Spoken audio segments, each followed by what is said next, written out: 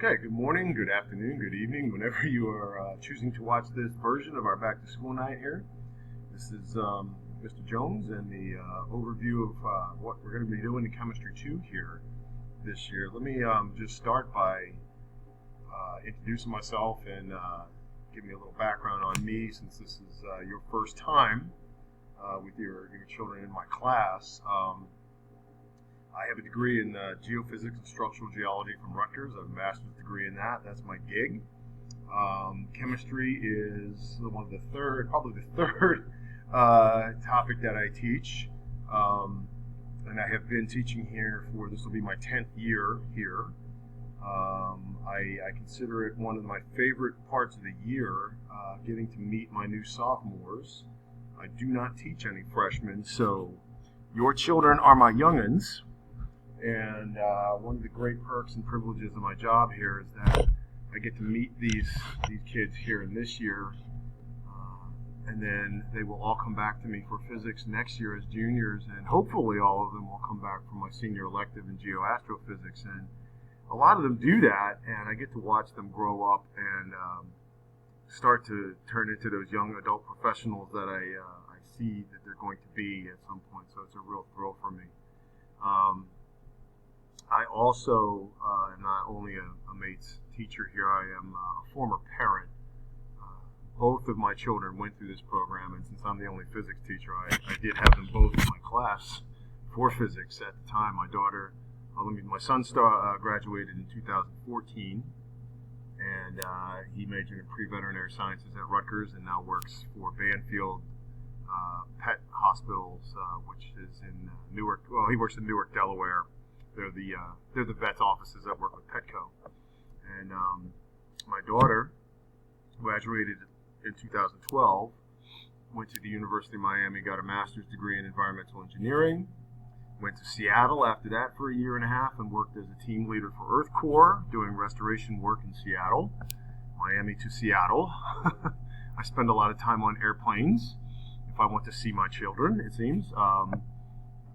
Now, she has just started, she's done about 6 months of her new, probably permanent job working with the EPA in Denver. She's a project, Superfund site project manager for the EPA Region 7 in Denver. So I've lived it. I know the sleepless nights, I know the tears, I know the frustrations. So when your kids are in crisis over something here at school, I urge them to talk to me. I hope I can help, because I do understand what is the deal here. So what I did on day one with them is I kind of just talk about what chemistry is. And I mean, honestly, this chemistry course kind of takes us even beyond what AP does in some ways. And the lab experience, which we're very, very much trying to preserve this year, is one of the biggest things about this. They will gain experiences that their peers out in the traditional high school simply will not. And on day one, I like to just spend it talking about what is physical science and how do we learn it. And I asked them these 3 questions. Typically, I'd ask them to do this on an index card that I leave with their name on their desk. Of course, this year I did it as a Google form, and that worked out. We discussed the answers that they gave us at the end here. But that last one as to why chemistry is important. One thing I try to do very much throughout all the classes I teach is emphasize how important science is and how many areas of research and career paths they may not be aware of, and help them get there, hopefully. So just some contact information here if you want to pause this and jot this down. The email, of course, that's pretty standard. I keep a remind account for each one of my classes so that, if they're working on homework over the weekend, I'm not sitting on my computer, maybe I'm watching football on Sunday, they have a question, I can answer it for them and not get off the couch, which is great. And then I will be posting most of the stuff to the Google Classroom as we go along, but if I forget, literally all of my material, I have so much stuff on this website here, the WordPress site. Everything they need will always be there as well. Okay. As far as what we're going to cover here, this is what the book has. I kind of broke it into 6 major areas. We usually don't get to organic and bio, and those 2 topics are entire year-long courses at most colleges. So we're focusing on getting done with this. We were a little behind last June because of the circumstances, so this is what we should end up covering, these topics here. I try to teach chemistry from kind of a physics perspective, and I love the fact that we start out with states and matter because, as I explained to the kids on day one, try to get them thinking of the universe in a beaker. Our chemistry experiments occur in little beakers and flasks, but they involve matter and energy. The universe is actually pretty simple. It's 4 forces that act on matter: gravity, electromagnetism, and then the strong and weak nuclear forces that govern the behavior of atomic nuclei. So each one of those forces has its own range of influence, and you throw protons, neutrons, and electrons out there, and the universe does the rest. And it's amazing the complexity that those 4 forces and stuff create. Let's see, trying to think what else I wanted to say here. I really appreciate teaching Chem 2 because Chem 1 there's a lot more memorization, a lot more tables, a lot more energy levels and orbitals and quantum numbers and stuff that's really, in a way, very abstract. And indeed, my 2 kids also struggle through that a little bit. Here in Chem 2, we're actually going to look at what happens when these molecules get together and react, and that's a bit more exciting. Again, I hope that they will go on into careers that, it's hard to avoid a career that does not involve chemistry. I find I'm asked very often what's my favorite thing to teach. And honestly, of course, it's geoastro, and particularly the astrophysics and the physics of stars and how they manufacture chemical elements. But a lot of the evidence, for example, for Earth science and the evidence that we have for the history of this planet and the story of the history of this planet comes from isotope analysis and chemical analysis of rocks, minerals, fossils, and atmospheric gases. Okay? So we always keep coming back to chemistry, and I try to emphasize the importance of chemistry in all the other sciences. I tend to keep, you see here, the grade breakdown is going to be pretty much the same. I don't really change much from the policies of Chem 1. The syllabus is the same syllabus. I don't feel that we should be changing anything between semesters and teachers in that. This one might change a little bit. Just a caveat here. Given the AB format, I'm not sure. I can't speak to this. I'm not certain about whether there will be midterms and or finals. I have to imagine there will be some kind of final. It's possible that if we don't have midterms, this 10% might just get amalgamated into the other 2 marking periods. I honestly don't know. We will see as things go by. All right. So why is chemistry important? I got a lot of good answers here about what they found interesting in Chem 1, what they found frustrating. Actually, I think this year I got some of the most thoughtful answers from these kids that I've ever seen. So that was really encouraging. I explained things like, here we see a fracking operation.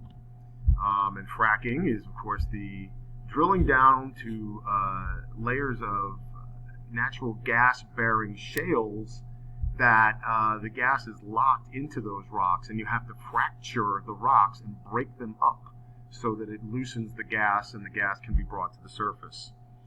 Why are we doing this? Because all the easy gas and oil deposits have already been drilled and burned up in our gas tanks. So we have to go to these extremes, apparently, to get more natural gas. Well, the problem is that those cracks in the rocks tend to collapse under their own weight, and we need this hydrofracking fluid that they pump into those cracked rocks to keep the cracks open.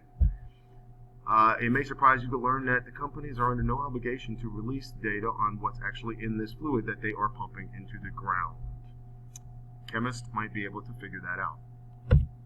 Another area in chemistry that was important, this guy Claire Patterson right here determined the age of the Earth at 4.6 billion years by radioisotope dating lead and uranium samples in some of the oldest rocks on this planet. He had to keep at it for 6 years because he kept getting contamination in his results. That is a story of true perseverance that I like to point out to the kids, and also the fact that along the way he did manage to get his lab sterilized to the point where he got a good number and good results of his testing of these rocks. But he also discovered that the source of the contamination was the lead additives we were putting in our gas tanks to make our engines run smoother. We were literally poisoning ourselves so that we could have more smooth running engines in our cars, and we no longer do that, in large part because of this man and his determination to get a date for the age of the Earth. Here's a map of Tom's River, which has the Ciba-Geigy, former property here, where they were brewing up aniline dyes to make our clothes bright and pretty and bright colors that would not fade in the wash. Unfortunately, they were dumping a lot of their used chemicals right here on these patches along the north branch of the Tom's River, went down here and contaminated the water pumps that supplied the city, amongst other things. And I point out the fact that tracing the contamination in the river, not quite so easy a job. You can't just take a sample and go, oh, look, there's these aniline dyes in the water. It's from Ciba.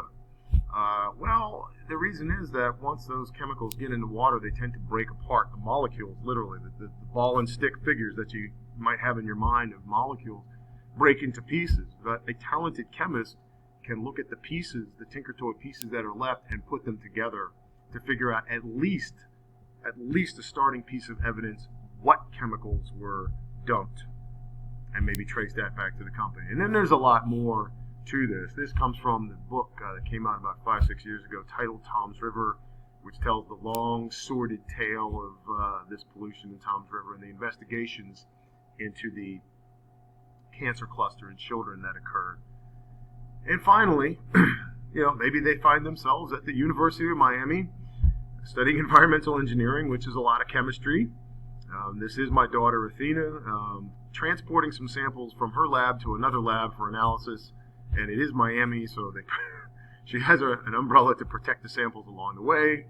And herself, she was studying treated lumber from homes that was discarded in landfills. Unfortunately, the chemicals they used to waterproof and pressure seal the lumber for outdoor decks and patios, over long-term burial, those chemicals tend to leach out into the landfill, and if the landfill is not properly sealed, it gets into the groundwater.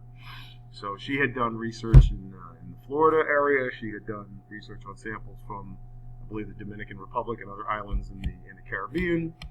And she was able to present this research not only at conventions in New Orleans and Las Vegas, but she traveled to Europe.